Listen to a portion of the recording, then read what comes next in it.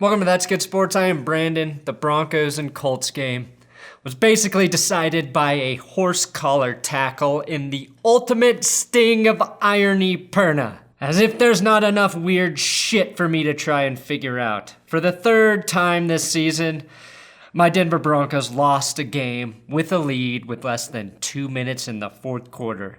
The only solace I can find in this loss is that I like the Colts, and it seemed to make Pat McAfee happy. People tweeting that he should have retired after week 2. Let's fucking go, old man! Indy was pinned at their own 2-yard line with less than 2 minutes left, and I felt hope because the Broncos defense continues to be great. A great story lost in the muck. But knowing Denver will lose 100% of their games with a 1-point lead with less than 2 minutes remaining has taught me how to experience zero joy while watching Broncos football. Is what I would have said if Brandon Allen didn't become the Broncos starting quarterback this week. So much to figure out. That's good sports.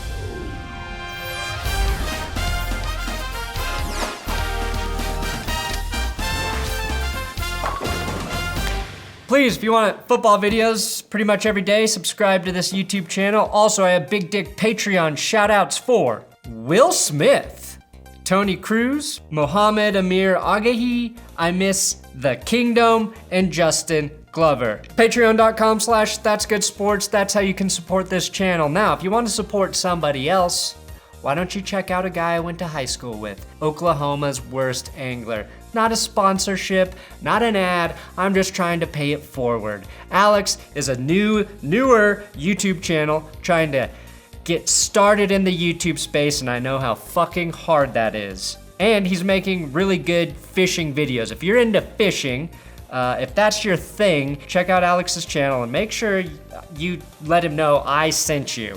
I don't do good deeds unless I get credit for it. So I'm in a weird place between reviewing a shit game and moving on with big news about the Broncos quarterback situation, so I'll try to blend both. First though, an observation. You may have noticed Colts head coach Frank Reich was wearing a hat that read 1953.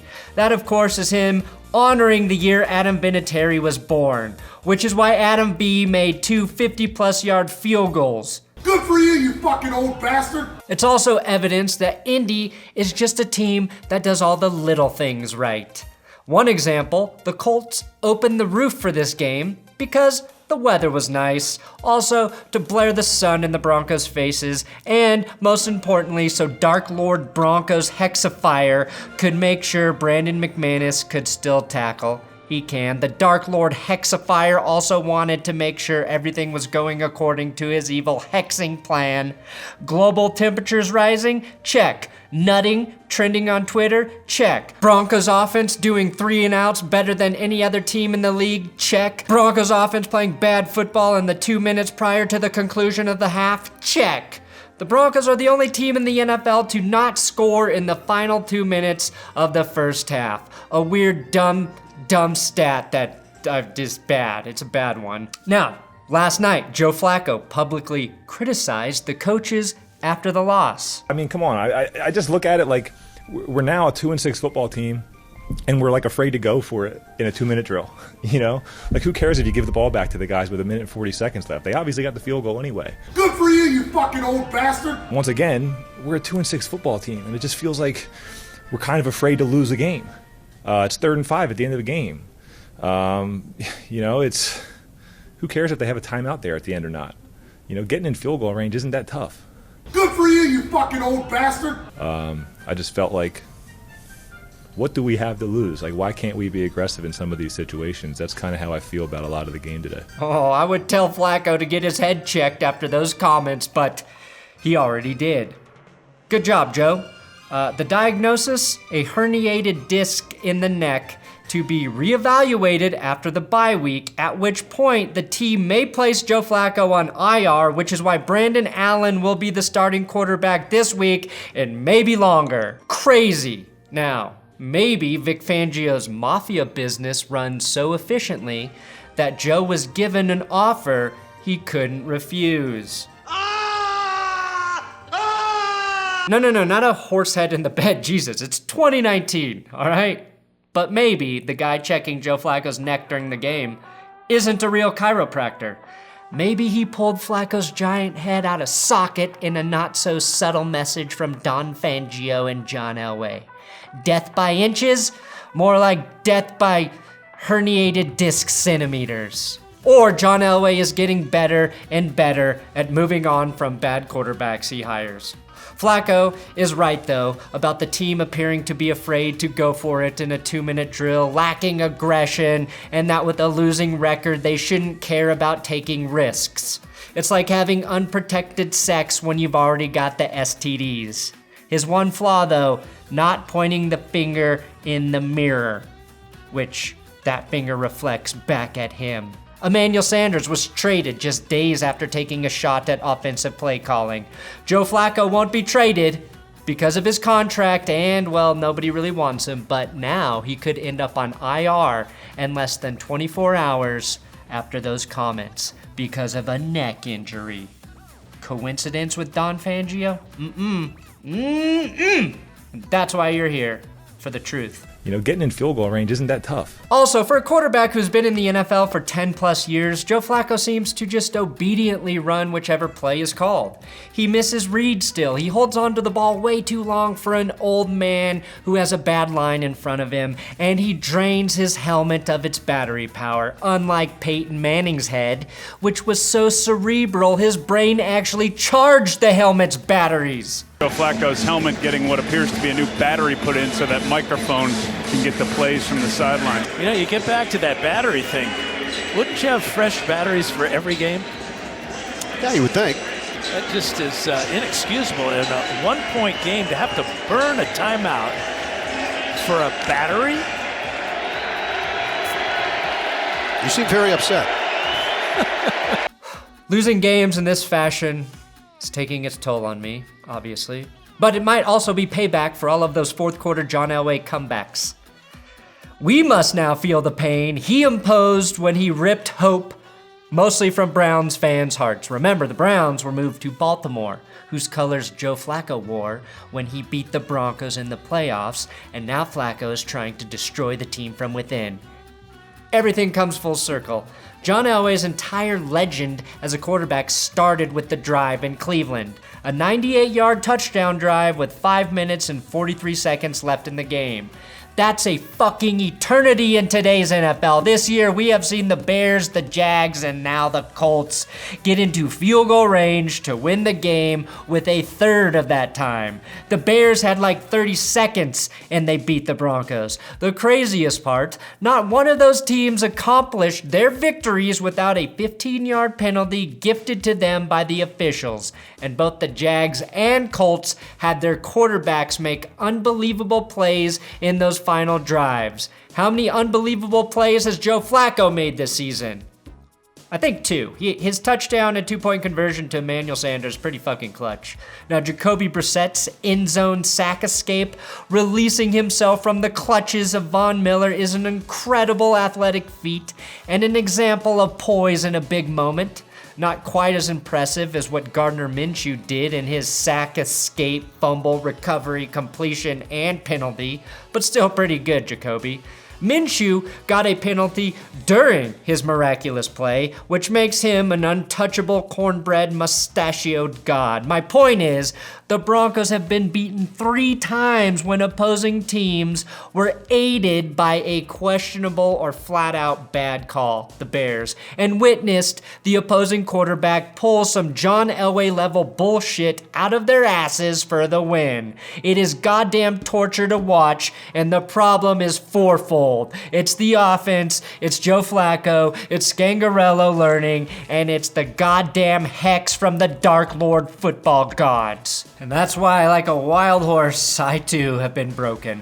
It's why I can't even muster the strength to blame this loss on officiating. I want to, They could have called holding on the Colts for grabbing Derek Wolfe in the end zone, giving the Broncos a safety and the ball. I also think the horse collar call on Alexander Johnson was bullshit, but I get that at full speed, that might look worse than it really is. But the hard truth is, the Broncos offense fails over and over and over again. When they are gifted opportunities by the refs, when the Dark Lord turns his watchful eye to hex a different team, they still don't do anything. The Colts were wrongfully penalized on a Brandon McManus field goal for hitting the center.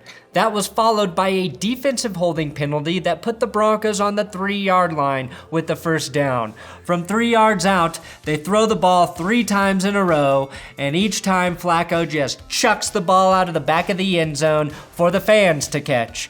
Joe, you couldn't move the ball 3 yards through the air. Why would Scangarello trust you to pick up 5 in the fourth quarter? The story of this game was that the Broncos defense put a death grip on the Colts offense. Indy managed just 1 rushing touchdown, and the Broncos maintained a lead for 59 minutes and 38 seconds before Adam Vinatieri kicked a 51-yard field goal to win the game 15-13. And I'm pretty sure Ian Eagle referenced the Karate Kid during Vinatieri's game-winning kick. The veteran Vinatieri sweeps the leg, 51 yards away.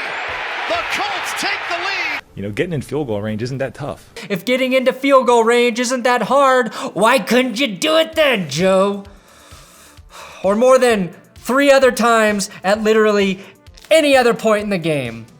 Now, heading into this game, Jacboy Brissett was one of the least sacked quarterbacks in the NFL. Denver sacked him 3 times, which is a solid accomplishment and should be a reason Brandon Allen gets excited to start this weekend for the Broncos at home to a Cleveland Browns team prone to making a lot of mistakes. Obviously, a herniated disc is a serious injury, but if Flacco is too lazy to shave his beard... Oh, he asked Joe Flacco about the beard. Reasoning behind it, he said, yeah, it's called laziness. It's the turtleneck beard. It's no surprise he doesn't take the time to do neck workouts so he can look like this guy and never hurt his neck. Flacco hasn't thrown a touchdown pass since the Chargers game on October 6th, so I am excited for the Brandon Allen era to begin this week. Fuck yes, I am. If anything, 2019 football has taught me quarterbacks you've never heard of, Kyle Allen, Gardner Minshew, can come in and play good football and win right away. But here's my warning, Brandon. Flacco's right. Getting into field goal range is easy. The difficult part for this team is staying in field goal range. Here are examples of the many bad things that will happen to your offense, Brandon. Field goal range. 3rd and 6. Pass interference for the offense. The offensive line won't block for you, and you're going to end up throwing the ball into the dirt. How about the fourth quarter, after the defense provides an amazing series on the goal line, forcing the Colts to punt from their own 1? What happens there as the Broncos are already across the 50-yard line after the punt? Well, there's an illegal block in the back on the punt, and then an offensive penalty backing them all the way up to the 35-yard line. Sure, you lost a lot of field position, and you'll follow that up with a batted down pass. And then on 3rd and long, yeah, you do a safe play, but even with the aid of a Cortland Sutton graphic hiding the ball carrier, there is no hope that this offense will ever stay in field goal range. There are different players making different mistakes at the worst times. They waste nearly every opportunity the defense gives them. But yes, I believe a man named Brandon can fix all of those things instantly. It's what we Brandons fucking do. Nobody will believe me about this curse though, because the worst player for Indy Sunday was Rock Ya Sin. The guy with sin in his name playing bad football against Cortland Sutton is the perfect cover for a Dark Lord to do whatever he wants to innocent Broncos players and fans. But not even he will be able to stop one Brandon at quarterback. That is my belief. John Elway, and there he goes. Just like that. Thanks for watching another episode of That's Good Sports. Please subscribe here on YouTube. On Twitter, Instagram, at Brandon Perna if you want to follow me there, and at WillKey6, my writing partner. You can follow him on Twitter. This Browns-Broncos game just got a lot more interesting now that we got a whole new quarterback to figure out.